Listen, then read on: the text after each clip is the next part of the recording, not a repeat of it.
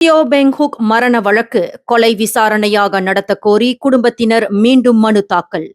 17 ஆண்டுகளுக்கு முன்பு உயிரிழந்த தியோ பெங் ஹோக் மரணத்தை கொலை வழக்காக விசாரணை நடத்த போலீசுக்கு உத்தரவிடக் கோரி அவரது குடும்பத்தினர் புதிய மனுவை தாக்கல் செய்துள்ளனர். இதுகுறித்து அக்குடும்பத்தினரின் முதன்மை வழக்கறிஞர் ராம் கர்பால் சிங் இன்று செய்தியாளர் சந்திப்பில் கூறுகையில், நீதித்துறை மறு ஆய்வு நடவடிக்கையை தொடங்க அனுமதி கோரும் மனுவானது கடந்த மாதம் உயர்நீதிமன்றத்தில் தாக்கல் செய்யப்பட்டதாக தெரிவித்துள்ளார். தியோவின் மரணத்தை கொலை விசாரணை கோணத்தில் விசாரிக்கப்பட வேண்டும் என்று அறிவிக்கவும், அதற்கான விசாரணையை தொடங்கி 120 நாட்களுக்குள் முடிக்க போலீசுக்கு நீதிமன்றம் உத்தரவிட வேண்டும் என்றும் மனுவில் கோரப்பட்டுள்ளது. இந்த மனுவில் விசாரணை வரும் மே 18ஆம் தேதி நடைபெற உள்ளதாகவும், வழக்கு ஆவணங்கள் சட்டத்துறை தலைவர் அலுவலகத்திற்கும் அனுப்பப்பட்டுள்ளதாகவும் அவர் தெரிவித்துள்ளார். இதற்கு முன்பு தியோவின் மரணம் தொடர்பாக கொலை விசாரணை பதிவு செய்யப்பட்டதா என போலீசிடம் கேட்டபோது, தவறான சிறை வைப்பு தொடர்பான குற்றவியல் சட்டம் பிரிவு 342 கீழ் மட்டுமே விசாரணை நடந்ததாக போலீசார் பதிலளித்ததாகவும் ராம் கர்பால் சிங் குறிப்பிட்டுள்ளார். அதேவேளையில் இணை வழக்கறிஞர்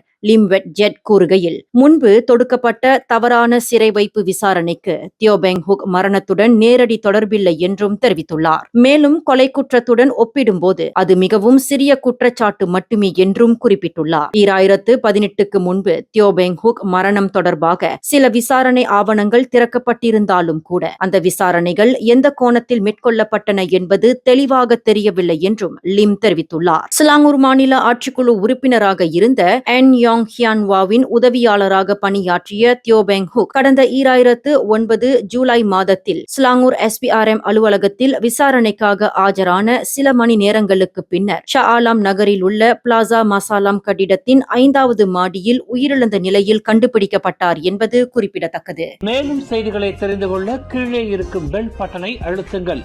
உங்கள் மகிழ்ச்சியை வெளிப்படுத்த லைக் மற்றும் ஷேர் செய்யுங்கள். தொடர்ந்து திசைகளோடு இணைந்திருக்க சப்ஸ்கிரைப் செய்யுங்கள்.